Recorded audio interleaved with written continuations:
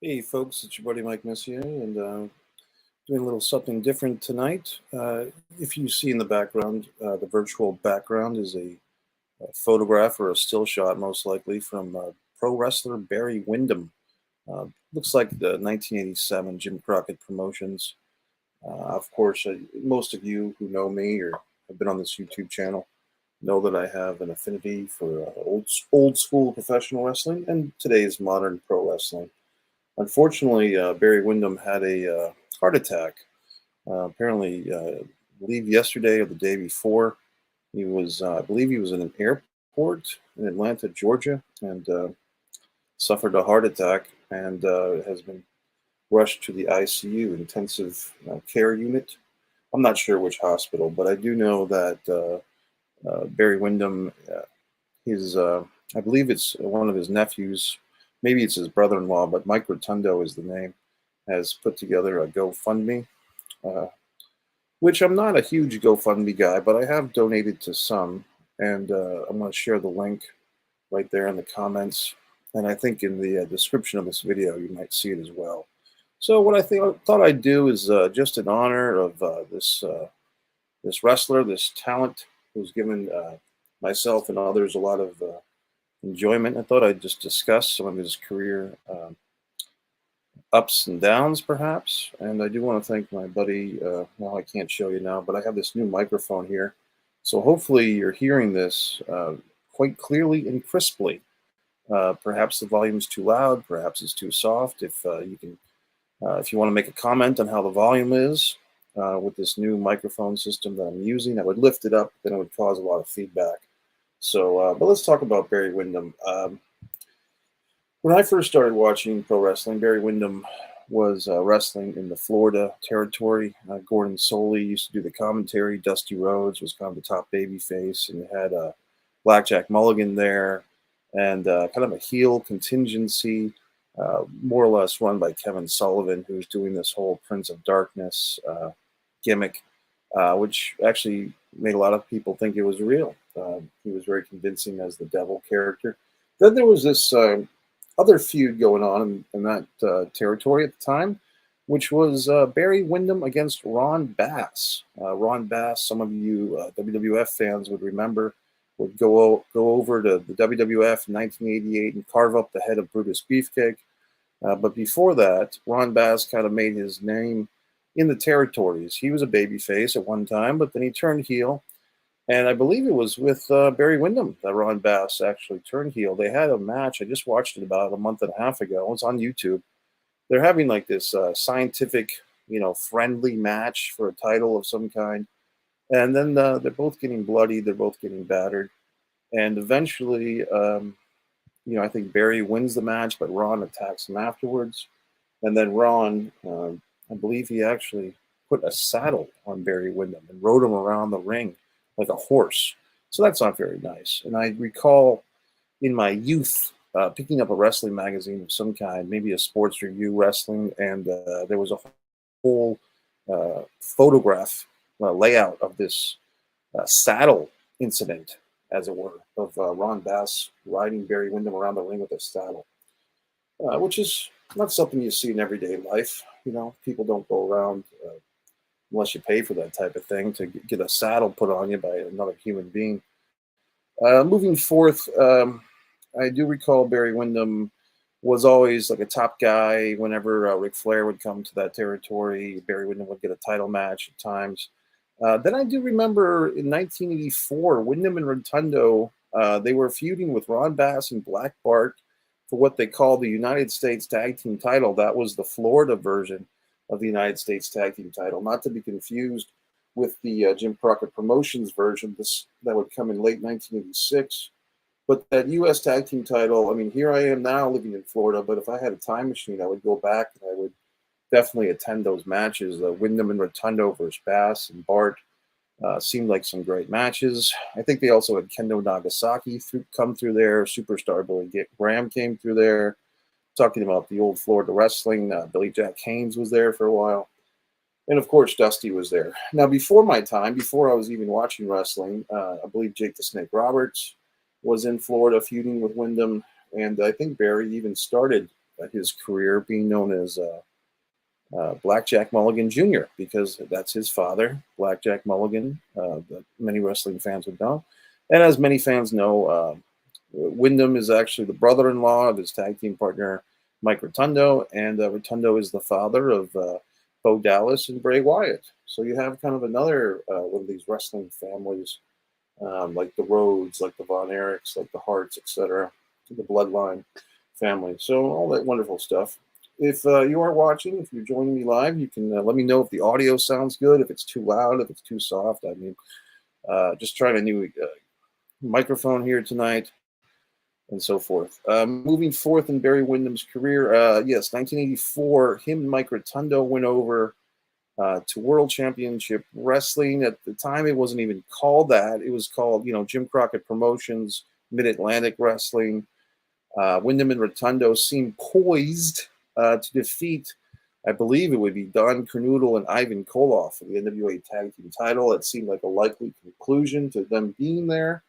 But that did not happen. They were only there for a cup of coffee because Vince McMahon came a-calling. That's right, Junior McMahon brought Windham and Rotundo into the WWF, as some of you might know. They, in short order, won the WWF Tag Team title from Dick Murdoch and Adrian Adonis, and who had beaten Rocky Johnson, The Rock's father, and Tony Atlas, who had beaten the Samoans, who had beaten the Strongbos, who had beaten Fuji and Saito. But here you go with Windham and Rotundo, and suddenly they're this young kind of, not to say totally Southern, because Rotundo was more from New York, Syracuse, New York, but Windham was definitely a Southern guy. And you had this whole kind of different thing going on from some of the, WWF was kind of known as a big man's territory, guys like King Kong Bundy and Andre the Giant and Hulk Hogan and Big John Studd. And then you have these two guys that were probably in their 20s, Rotundo and Windham, that were actually solid wrestlers. Rotundo especially had a very good amateur background from Syracuse University, and Windham could certainly go. And here they were. And they were athletic, they were younger. Initially, some of you fans may not know this, but they were given the song Real American as their theme song. If you look it up on YouTube, you can find certain matches with Windham and Rotundo coming to the ring to the Real American song. My buddy Javier's checking in. Javier, if you could tell me how this audio is. I've got this new microphone. It's not just this earbuds. The earbuds are actually hooked up to this microphone. I can hear every word that I say myself, but I don't know if it's coming through to you. Even as a kid, I knew I was watching a quality talent in Windham. Great point, buddy. And now I'll kind of get into some of my personal history of watching Windham and Rotundo. It was around this time that Windham and Rotundo, WrestleMania 1, I guess you could say that Barry Windham was the first male wrestler to take a pin at a WrestleMania to lose a title, because Barry Windham, I believe, got whacked with the dreaded cane. I believe it was Nikolai Volkov that whacked him with the cane, and then I think the Iron Sheik scored the pin, if I'm remembering that correctly. And suddenly you had this new tag team champions, Nikolai Volkov and the Iron Sheik, but that was Windham and Rotundo losing the tag team title at WrestleMania, very first WrestleMania. Wouldn't be the last WrestleMania Windham would ever wrestle at, but it would certainly be for quite some time.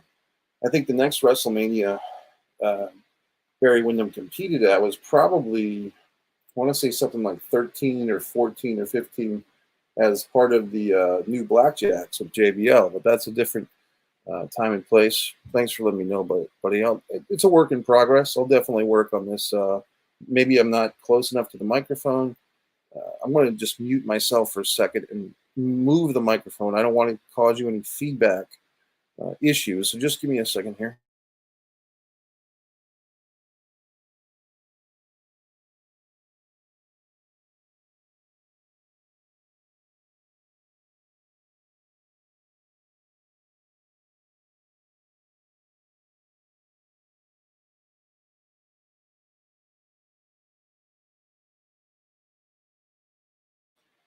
Okay, buddy, I've unmuted myself. Maybe the audio is a bit better now. You might be able to see the microphone. It's actually a nice microphone. I don't know if plugging the earphones in was the right move or not, but my friend Elias got me this microphone for my birthday, which I really appreciate. So I'm trying to give it a whirl. Windham and Rotundo would actually regain the WWF Tag Team title from the Sheik and Volkov. And that's when I saw Barry Windham wrestle for the very first time live, Providence Civic Center, summer of '85. I was an embryo, and I went to see Barry Windham and Mike Rotundo in a tag team title defense. They had just regained the title, and they defended the title in a very quick match, a little too quick for my taste, to be honest with you. It seemed like it was a 5-minute match. They beat Nikolai Volkov and the Iron Sheik in a Texas Tornado match. It was a fun match, but it was a little bit too fast for my taste, you know. But then we moved forth. Windham and Rotundo, by August, a pretty quick second run as champions, because I think just a month and a half after they won the titles, I believe it was in Philadelphia, Javier, that they lost to Greg the Hammer Valentine and Brutus the Barber Beefcake. But he wasn't the Barber yet. It was just Brutus Beefcake and Greg the Hammer Valentine. Interesting team. They both had managers. First time the WWF Tag Team Champions had separate managers. The luscious Johnny V, Johnny Valiant, was Beefcake's manager, and Jimmy Hart, the Mouth of the South, was the manager for Greg Valentine. And then they did some type of thing where they did a trade, or Johnny Valiant bought out Jimmy Hart for his half of the team. And so Johnny V became the partner or the manager for both Valentine and Beefcake. But they did win the titles initially with two managers, which was a unique thing. And the Dream Team had the title for quite some time. In the meantime, Windham, it was interesting. The match ended with a cigar to the eye. I'm not sure. I think it was Valentine grabbed the cigar from Johnny V and smeared it in the eye of Barry Windham and pinned him. I think I'm remembering that the very first Saturday night's main event, going back a couple of months to May of '85, the very first Saturday night's main event match was Barry Windham, Mike Rotundo, and Ricky the Dragon Steamboat versus George the Animal Steel, Nikolai Volkov, and the Iron Sheik. And this is the match where George Animal Steel became a babyface with all the fur. So, I mean, Windham has had a pretty interesting career. You could say this guy was in the very first Saturday night's main event match from Nassau Coliseum. I'm going by the top of my head. There's no notes. Eric V checking in. I do agree, buddy. I do agree very much. I hope Barry is going to recover. That's why we're here. If you check the comments, or if you check on the YouTube page for this video, this live stream, this is December 6th. I'm not sure the exact time. East Coast, it's 10:12, but I did put the link to the GoFundMe, or you can just go to GoFundMe and put Barry Windham in there. And if you want to make a contribution, go ahead. I get no money from that, obviously. I'm just trying to do my part and share some Barry Windham memories as we have this kind of wrestling vigil, hoping that he gets better as soon as possible. Still a young guy. I think they said he was 61 or 62. And he's had a great life outside of wrestling, apparently. So we hope that continues for a long time.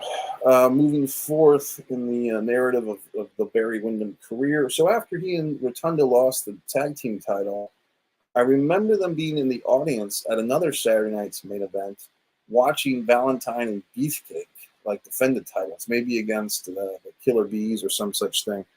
But shortly after that, Windham was gone. He was gone from the WWF. He went back to Florida. He was replaced in the American Express, or the U.S. Express, or the American Express is what the Windham and Rotundo team were called. He was replaced by big old Danny Spivey. Danny Spivey was kind of a poor man's Hulk Hogan, or a poor man's Barry Windham, as a blonde baby face. And not taking anything away from Spivey, but in his early days, he was kind of put in those roles. So in this time of his career, Dan Spivey was pushed as the replacement Barry Windham in the U.S. Express. And there goes the light. But I'll put the light back on. We got a new light here system as well, folks. So everything's very exciting. All these wonderful technology changes. But of course, nothing works. So moving forth, here we go. And I can put the different. That's warm. So move forth. Windham is now in Florida again.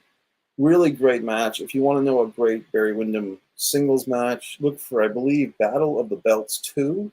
I believe it was Windham versus Ric Flair at Battle of the Belts 2. it was actually a live wrestling show that I think in the state of Florida they broadcast live on free TV, syndicated. So if you were lucky enough to live in Florida, I'm not sure if Javier did, probably Javier was too young for this stuff, but in 1986, there was Barry Windham and Ric Flair wrestling on television in Florida live. Very exciting. Those Battle of the Belts shows a couple of years ago, I bought three CDs, from some bootlegger. But they had, Wahoo McDaniel versus Ric Flair was the main event of one of them, the Wyndham and Rotundo one, which was close to an hour. And I think the third one was Lex Luger versus Ric Flair. And then you had the Road Warriors would come in for these shows. Stan Hansen would come in for these shows. Tyree Pride was this, they call him the Bahamas champion. So, I mean, just some cool stuff going on in Florida Championship Wrestling that if I had a time machine, I'd definitely go back in time and experience that stuff live. I did go, yes, I broke my anti-WWE pact. I went to the NXT show last Friday night in Jacksonville. If you're on Instagram, you can look it up. I put a lot of stuff on Instagram for that. What else? So now we have Barry Windham is kind of in Florida. Once again, he's the top babyface in Florida. Now here's where things took a little bit of an interesting turn. Magnum TA had a big car accident. If you know the legendary story of Magnum TA, it was a tough time for pro wrestling babyfaces. Kerry Von Erich had been in a motorcycle accident in Texas, and then Magnum TA basically wrapped his Porsche around a telephone pole. After defeating Gorgeous Jimmy Garvin, I believe the date was October 13th, 1986 to be exact.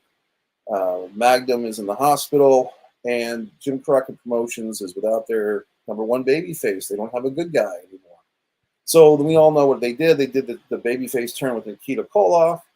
And Nikita really was pretty popular. I mean, I was there for Nikita Koloff Ric Flair match in Baltimore, 56 minutes. The fans were into Nikita. But for whatever reason, maybe he wasn't that polished of a wrestler. They did not put the title on Nikita.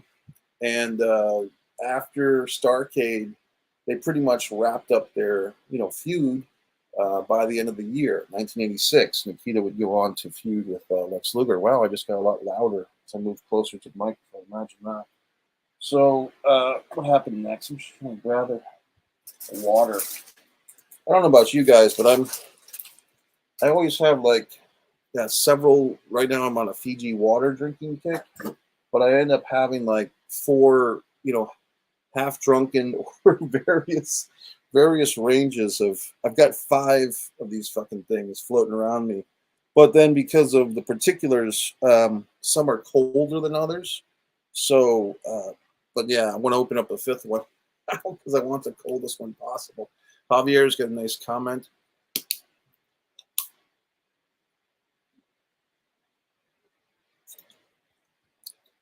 I saw a replay of Battle of the Belts 2 later on.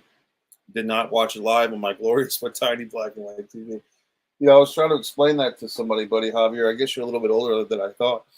I was trying to explain that to a friend of mine that back in my day, we had the good TV, the color TV in one room, but then we had like the fucking shitbox black and white TV holdover from somebody or somehow.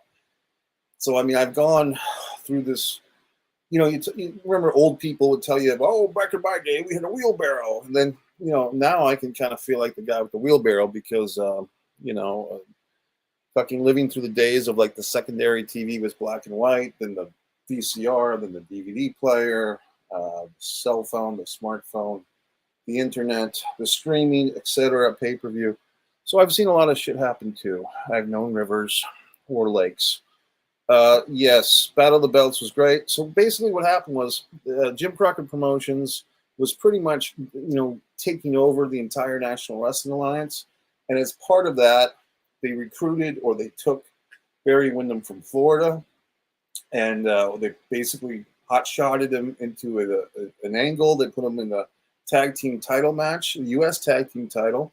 This would now be the Jim Crockett Jr. Promotions version of the U.S. tag team title. And Barry Windham and Ronnie Garvin would win those titles. With the first time I ever saw this maneuver, I believe Barry did it to Crusher Khrushchev, or maybe it was Ivan Koloff. That thing where the babyface gets thrown to the concrete, he climbs back up on the apron, the heel is kind of blocking him, The babyface gives him a little shoulder block to the midsection. The heel bends over in pain, and then the babyface does a kind of launching sunset flip from the apron to the inside of the ring and pins him. And you've probably seen that done a million times. You know, guys like Seth Rollins or The Miz or Rey Mysterio have done that a million times. But that was the very first time I ever saw that maneuver. From the apron sunset flip over the top rope. Very first time I ever saw it was Barry Windham doing it and winning the U.S. Tag Team title. I was a big Ronnie Garvin fan as well. And so that kind of, I think that victory kind of made me a Barry Windham fan, to be honest with you. Like, I was probably impartial to Windham before that, but seeing him and Ronnie beat the nasty Russians, or at least Ivan was a Russian.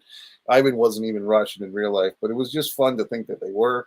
So Ivan and Koloff and Khrushchev lose the U.S. Tag Team titles to Windham and Garvin. And I don't know if you can see this. Of course, I got the crazy thing here. Maybe I'll take this off for a second, just so we can see this magazine cover.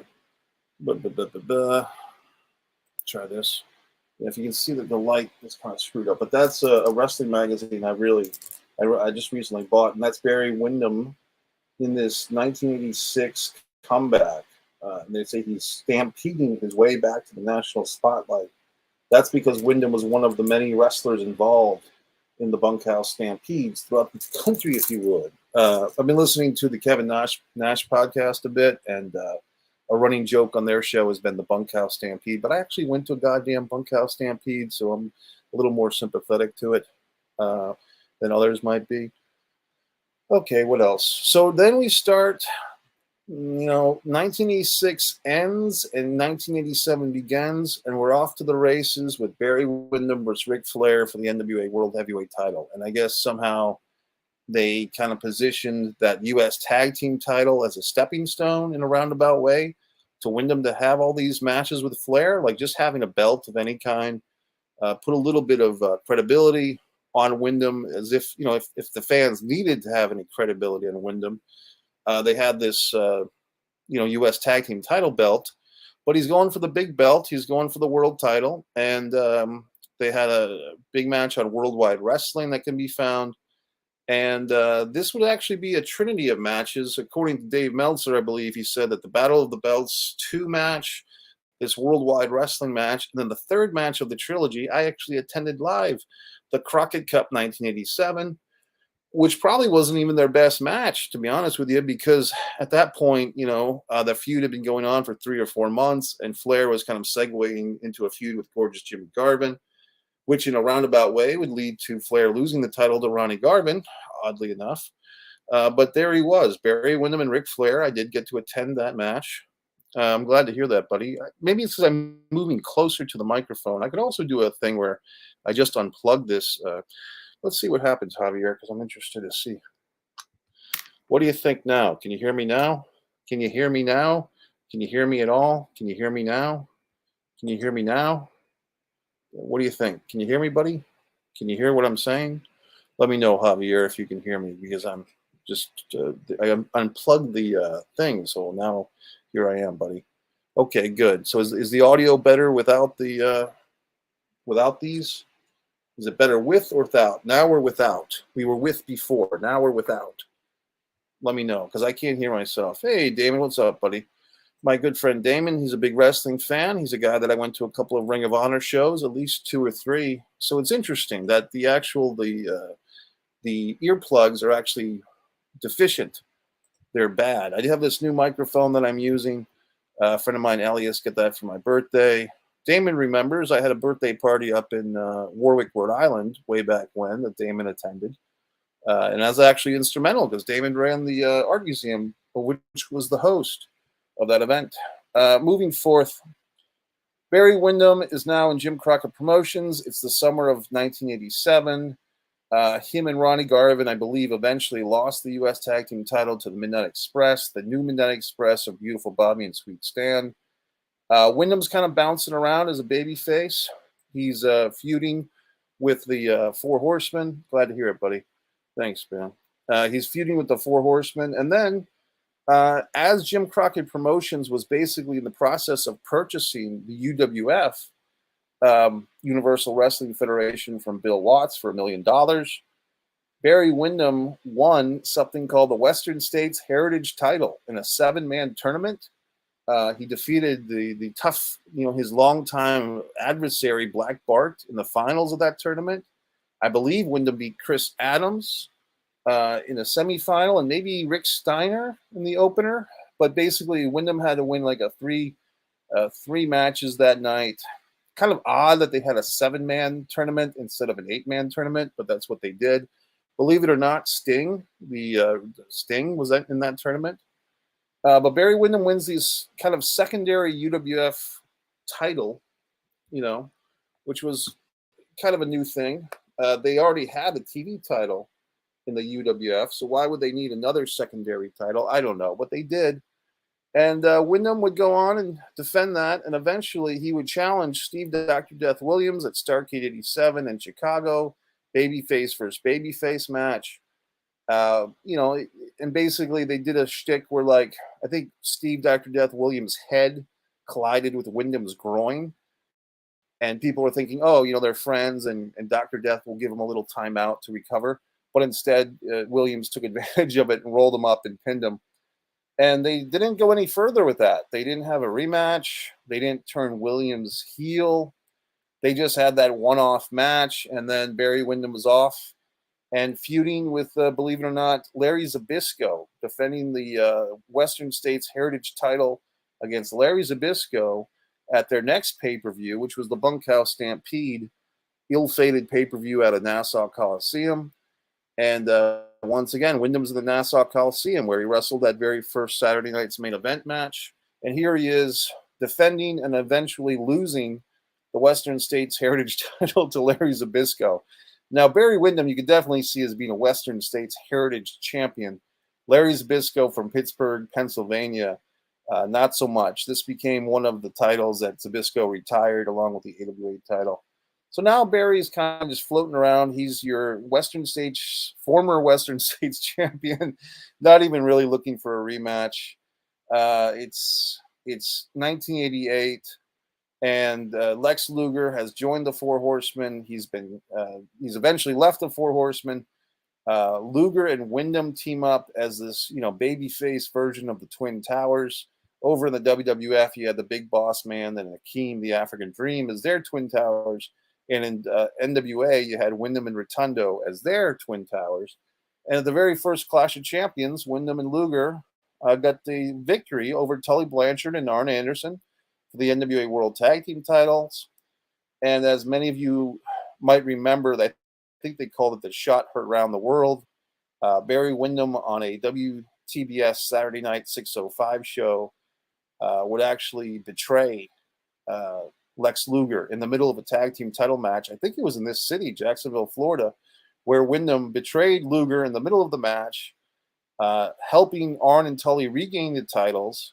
Afterwards, Dusty Rhodes was doing his Midnight Rider gimmick. Dusty comes out. Windham and the rest of the Horsemen beat up Dusty and try to pull his mask off. And I think the show ended with Barry Windham holding the Midnight Rider mask outside the Horseman limousine window. So just funny stuff. But like I said, Barry Windham's in the heart of all this action. And this is when I really became a huge Barry Windham fan, was this heel run. And eventually they would become what I would call the Golden Era Horsemen, which was Barry Windham would win the U.S. title in a tournament, defeating Nikita Koloff in the finals. Very good at winning tournaments, apparently, Windham. And Tully and Arn were now the 2-time NWA World Tag Team Champions, and Ric Flair was the World Heavyweight Champion. And if you look at the Great American Bash, 1988, July 10th from Baltimore, which I happened to attend, once again as an embryo, you can see that it's Tully and Arn in the opener against Sting and Nikita Koloff. Barry Windham was in the semifinal defending the U.S. title against Dusty Rhodes. At the end of that match, Dusty looked like he had the advantage. The referee's knocked down. Rugged Ronnie Garvin comes out to the ring and proceeds to punch Dusty in the head, allowing Barry Windham to retain the U.S. title and starting a very short-lived Garvin-Dusty feud.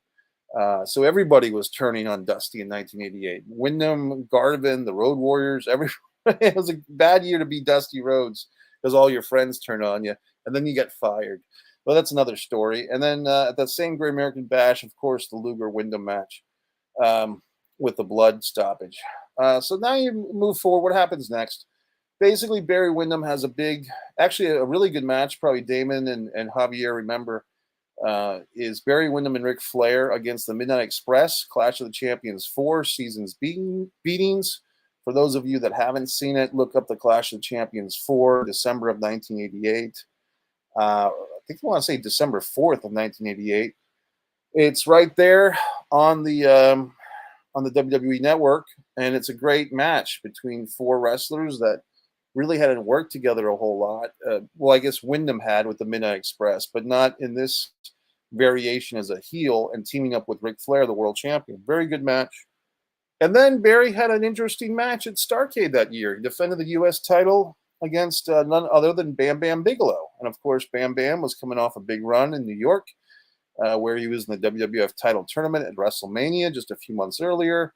He had been the last guy to be beaten by Andre the Giant in the Survivor Series main event, and Bigelow was, pretty much a big attraction back then in 1988. And Barry Windham defended the U.S. title against him, kind of dominated the match, and ended up winning by countout.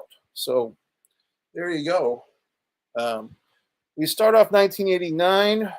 Some things had happened. Wyndham and Flair were really the only horsemen left. Tully and Arn had left, as we all know. They were kind of putting together some people like Kendall Wyndham, Barry's younger brother, turned heel. Butch Reed and Michael P.S. Hayes also turned heel. It seemed for like a cup of coffee or maybe a sip of coffee that Butch Reed, Michael Hayes, Kendall Wyndham, two of the three or all of them were going to join the Horsemen, but it didn't really pan out. And Barry Windham ended up losing his U.S. title. Well, before we get to that, Barry Windham and Ric Flair against Hot Stuff Eddie Gilbert and a mystery partner on a WTBS show. I think this was J.J. Dillon's last appearance in that role of the manager of the Horsemen. And basically, Ricky Steamboat came back. So Wyndham, once again, part of the action. Once again, him and Ricky Steamboat crossing paths like that Saturday night's main event, first match. But here it is, Steamboat and Hot Stuff Gilbert beating Wyndham and Flair. And then Wyndham would go on to Chi-Town Rumble 89 and lose the U.S. title in a really good match, underrated match. Had some blood from the hand, which was pretty interesting, of Barry Windham. And Wyndham loses to Luger. And pretty much after that, Wyndham was around for maybe another month or so. And you're right, Javier. Seasons Beatings Clash of the Four was December 7th, 1988 in Chattanooga, Tennessee. Very good. Actually, I guess today's December 7th. So there might be how many years would that be, buddy? Oh, God, 34 years. Wow. Seems like 33. But I guess we could all watch that match tonight as a tribute. There actually wasn't a whole lot of matches on that show. That show, I should say, began with the Fantastics versus Ron Simmons and Hot Stuff Eddie Gilbert for the U.S. Tag Team title. The aforementioned Wyndham Flair Midnight Express match. I believe Steve Dr. Death Williams wrestles the Italian Stallion for 15 minutes. And there's a couple of other matches on that show. Boy. Moving forth, we've got Wyndham has lost the U.S. title. He's lost a bunch of rematches. I actually saw Meltzer's 6-star match of Flair versus Steamboat in the Capitol Center. I was there for that as well. And I believe Luger beat Wyndham in a rematch on that show. And then by the summer of 1989, Barry Windham went back to the WWF. And he had what I thought was kind of a cool nickname, the Widowmaker. And they were supposedly going to build up to a Barry Windham challenging Randy Savage for the world title program. It never happened. And there was like 2 pay-per-views, I think 2 Survivor Series in a row. I want to say Survivor Series, I guess 89 and 90. I just remember that Wyndham was just not showing up for these big pay-per-view matches he was advertised for. One of them was definitely Survivor Series, and maybe the other one was a Royal Rumble. But apparently, Wyndham tells a story years later that his father and brother were in some type of crime situation, and Wyndham was kind of trying to keep a low profile. And according to Wyndham, he went to Vince McMahon and said, "Hey, my family's having some trouble here, and I know that your company's under a lot of public scrutiny. Maybe you ought to let me go. So in case this thing blows up with my family, I'm not on your record books." And I guess McMahon agreed to that. Wyndham left the company, didn't seem to job out to anybody, just really didn't have a whole lot of matches at that time, which was really too bad because Tully and Arn were there at the same time. You had Dusty over there.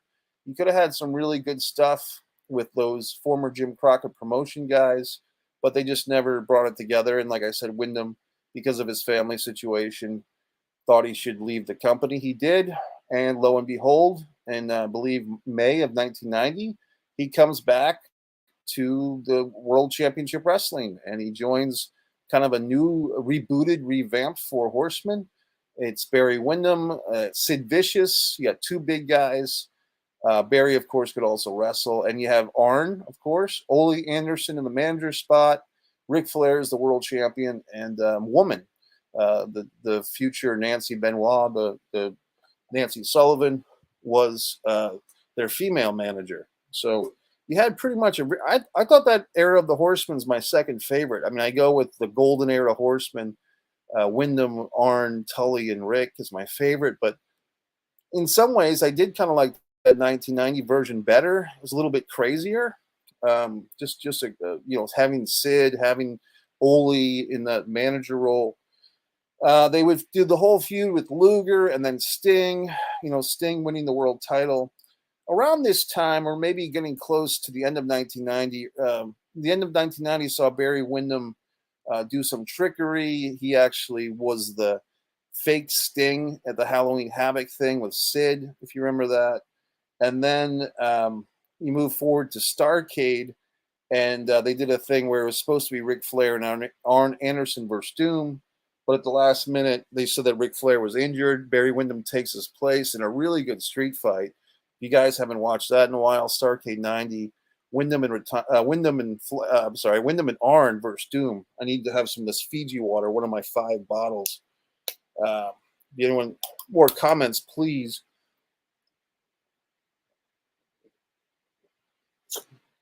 It was interesting when I was sipping that water, you could see like Barry Windham's face coming through the water bottle. What else? Yeah, you had Windham and Arn versus Doom at Starrcade '90, and really a good bunkhouse match or just a street fight. And then, of course, they did the Ric Flair's the Black Scorpion thing. So kind of some weird stuff with Sting as a world champion. Why couldn't they have just done Barry Windham challenging Sting a few times, or Arn challenging Sting a few times? Who knows? But that was Jim Herd era. Moving forth to 1991, a feud that I think is criminally underrated, the Barry Windham versus Brian Pillman feud. That was just a great series of matches. And they had a taped fist match. I want to say at the first Super Brawl or the first Wrestle War. I get those confused. I think it was actually his first Super Brawl 1, which I think was from Jacksonville, Florida again. And it was, yeah, it's pretty sick. It is true, buddy. I do. It's like a mousetrap of memories, check out my pro wrestling trivia book, by the way, on Amazon. It's in the Kindle Vella. You can play the first 3 chapters for free, interactive wrestling trivia by your buddy, me. So you got Windham and Brian Pillman in a taped fist match, Super Brawl 1. That was also the show that saw Bobby Eaton versus Arn Anderson for the TV title, Flair versus Tatsumi Fujinami for the world title. And actually, the match of the year was Sting and Luger versus the Steiners, Nikita Koloff versus Tommy Rich, and so forth. I think they started that show with a 6-man tag of the State Patrol and some other schmuck against, I want to say Junkyard Dog, Ricky Morton, and somebody else. But anyway, moving forth, the Windham Pillman thing, they ended up having a War Games, I believe in February of '91, And it was Windham, Larry Zbyszko actually taking the place of Arn Anderson, Ric Flair, and Big Sid against Pillman, the Steiners, and Sting. And you might be wondering, where was Luger? Luger was defending the U.S. title against Danny Spivey earlier in the night. But on this show, the Horsemen actually won the War Games, which I think was the first time they did, at least televised. I've heard just recently, that the Horsemen won a War Games in Winston-Salem. But as far as televised War Games, this was the first and only one that I knew that they won, because Sid Vicious legitimately knocked out Brian Pillman with a power bomb. Pillman's head hit the top of the cage, and so he landed wrong, and they had to bring out El Gigante to stop the match. So Windham can say that as a heel horseman, he helped his team win. And I think, I could be wrong, but I think Windham was probably the second man in the cage. Probably Arn was the first for his team, and Windham was second. It was only a 4-on-4 War Games, which was a little bit different. Typically, it was 5-on-5. Okay, moving forth. So that's 91. Then things went awry. Basically, Ric Flair had his contract issues with Jim Herd. Hold on. And Ric Flair would actually end up leaving the NWA. Barry Windham was kind of put in the world title match at Great American Bash 91 in Baltimore as a last, minute replacement. But it was a couple of weeks of notice. But the fans were really unfair to Windham and Luger. They did actually have a pretty good match, but the fans were shitting all over it. And it was kind of a double turn match. I say that this match laid down the foundation for things like Steve Austin and Bret Hart at WrestleMania 13, because if you watch it, it's a very similar story. Windham enters the match as the heel, Luger enters the match as the babyface, and by the time the night is over, they've switched positions. And now Luger has the belt. Windham's got to chase him. Oddly enough, they had Barry Windham, who was pretty much working as a babyface, but they put him on the heel team for that electrified cage match at Halloween Havoc 91. And that's when, before the show started, they show Windham as a supposed heel, even though he's been wrestling Luger for the last 3 months, entering the facility with Dustin Rhodes in their car. And then Larry Zbyszko and Arn Anderson come out, and they proceed to break Windham's arm. And they called Larry Zbyszko the Cruncher after that. But if you watch the tape, it's actually Arn Anderson that swings the car door and crunches Barry Windham's arm. So I don't know why they didn't call Arn Anderson the Cruncher. I guess because he was already the enforcer. But the smart thing would have had to, Larry should have been the one to swing the door on the arm if they were going to do all that, which they did. But anyway, Windham's out for a while. He's supposed to team with Dustin Rhodes against the enforcers, against Arn and Larry at a Clash of the Champions a few weeks later, but he can't wrestle because he's got the broken arm, and they bring back Steamboat again. So once again, Steamboat is all over the Barry Windham career. I mean, it's funny. So then, Windham helps Dustin and Steamboat win the tag belts. Eventually, Windham comes back. I believe he trades the TV title with Steve Austin a couple of times. He's doing babyface for much of 1992. But then I think around October or November of that year, once again in a Clash of Champions, once again, it's Barry Windham and Dustin Rhodes now challenging Ricky Steamboat and Shane Douglas. We're actually defending the titles against them. Windham and Rhodes are now the tag team champions. They're defending against Windham. They're defending against Steamboat and Douglas, and supposed to be a double babyface match. I skipped a bunch of stuff, but Windham turns again. Windham turns on Steamboat, turns on Dustin, turns on Shane Douglas. He's beating the crap out of everybody with chairs. If you want to see a really good night of Barry Windham wrestling, check out Starrcade 1992. I think Windham wrestles 3 times on that show. So yeah, Windham was all over Starrcade 92. And then maybe the career highlight, maybe this is how I'll end this seminar, but basically Barry Windham, Super Brawl 3, Asheville, North Carolina. Finally, Barry Windham gets his shot at the NWA World Heavyweight title. And he goes in there against the Great Muta, and he beats the Great Muta for the NWA World Heavyweight title. and I was very happy to be there for that. I was in attendance. I enjoyed it quite a bit. The match was not a great match. I think Windham has said later, and Arn has basically backed him up on this, that Muda kind of sandbagged those guys. Muda didn't really want to give the American guys, except maybe Sting, really good matches. But yeah, the match was maybe not the best, but the result was really cool to see Barry Windham finally get the NWA World Heavyweight title. He had a pretty, I thought, a successful title run. He went from February until June, I believe June 10th, Beach Blast. He lost the title to Flair. Beach Blast, was it in the beach of Tupelo, Mississippi, or somewhere? He lost the title, or Georgia or something.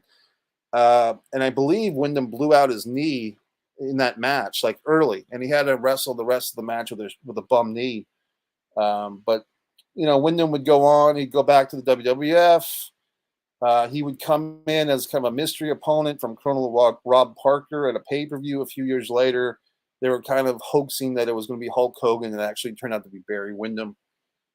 Colonel Rob was saying, "I've got a 6'7" former world champion with blonde hair coming in," and people, were supposed to think it was going to be Hogan, but it was actually Windham.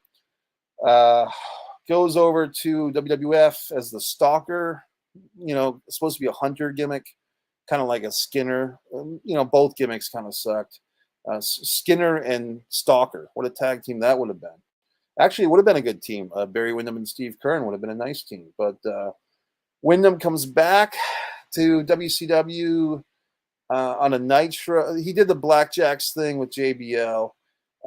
Did the NWA thing, the NWA invasion with Jim Cornette and Jarrett and all that. Turned heel again. Windham eventually comes back to WCW, I think in '99, and kind of a weird angle with Eric Bischoff, and turns on Flair again. Then Windham somehow ends up teaming up with Curt Hennig. They win the tag team titles in WCW, which was nice to see. Windham and Hennig, really great team. Too bad that WCW was suffering, because if Windham had been there a few years earlier, would have been really great to see him at the peak of WCW in '97, '98. And then probably, I don't know if this was the last great thing of Windham's career, but maybe at least in WCW, the West Texas Rednecks, Hennig, Windham, another Windham, Kendall Windham, and Bobby Duncombe Jr. We're doing the West Texas Rednecks thing and feuding with Master P and the New Limit Soldiers, or the No Limit Soldiers. New Limit Soldiers, that sounds good. No Limit Soldiers. And Windham and Kendall, actually Barry and Kendall Windham won the tag team title. So, I mean, if you look at it, Windham's won the WCW tag team title with, I guess you'd say, Luger. He's won it with Hennig, and he's won it with Kendall. So, I mean, I think three tag team titles in NWA/WCW, another 2 with Rotundo in the WWF. I don't think him and JBL ever won the titles. Unfortunately, him and Arn never won the titles either, but him and Arn were a really good team. So, multiple tag team champion, NWA World Champion, the aforementioned Western States Champion, US Champion, WWF Tag Team Champion, Florida Champion, probably the Southern Championship, which was the #1 title in Florida. So there you go, folks. So, I mean, this guy, Barry Windham, he also has a really great promo that he did at TBS in 1993. I believe it was before the Arn Anderson match at Slamboree 93. Windham defending the NWA World title at Slamboree 93 against Arn. And he does this promo where he comes into the TBS studios on a motorcycle. And he gets off the motorcycle, and Tony Schiavone is trying to get a word with him right before the show ends. And Windham says, "There's only 3 things in this world that mean anything to me." Actually, no, it's not that. He says, "There's only 2 things in this world that mean anything to me: this motorcycle and this belt. And Ric Flair, you're going to find out that I don't stand for anything the 4 Horsemen do anymore." And so it's just kind of a cool promo that he cut. I'm sure there was no script. There was no bullet points. It was just off the top stuff. Wyndham was not really thought of as a great promo, but I think his heel stuff at 92 and 93, I think he did have some great promos in that era. All right, folks. So if anyone's still with me, if you want to make a final comment, I'm going to wrap this thing up. I've been talking about Barry Windham for 50 minutes, and I should probably do something with my own life for 50 minutes. But I do hope the guy recovers from this heart attack situation. Very serious stuff. I think there was some other celebrity stuff going on in the world, and just friend of mine's father passed away. A good wrestling fan, friend of mine. That was just a couple of days ago. Oh yeah, it was Kirstie Alley, the TV actress and film actress. Kirstie Alley passed away. I didn't realize she was 71. She passed away, and apparently Mills Lane, the boxing referee. Let's get it on. Celebrity death match. Mills Lane passed away. So shouts out to everybody. But as far as our wrestling buddy Barry Windham goes, we're all pulling for him. The Big Claw, and my buddies up there in New York, or I'm sorry, Long Island, Monty and the Pharaoh have featured Barry Windham. So if you want to watch Barry Windham interview, Monty and the Pharaoh YouTube channel have Barry Windham. Also, some mass wrestling fan apparently has appeared recently on Monty and the Pharaoh. And so that's it, gentlemen. So I'll wish you all a good night. If you want to watch some good Barry Windham matches, the Windham Flair Clash of the Champions 4 against the Midnight Express, Windham Pillman Tape Fist match, I believe it's Super Brawl 1, and Starrcade 92 if you want to watch the whole show and see 3 Barry Windham matches. And feel free to share this link around. And like I said, the GoFundMe link should be right there in the description, or just go to GoFundMe and look up Barry Windham. Okay, folks. Good night. Good talking wrestling, everyone. MikeMessier.com. Buy my books. Goodbye.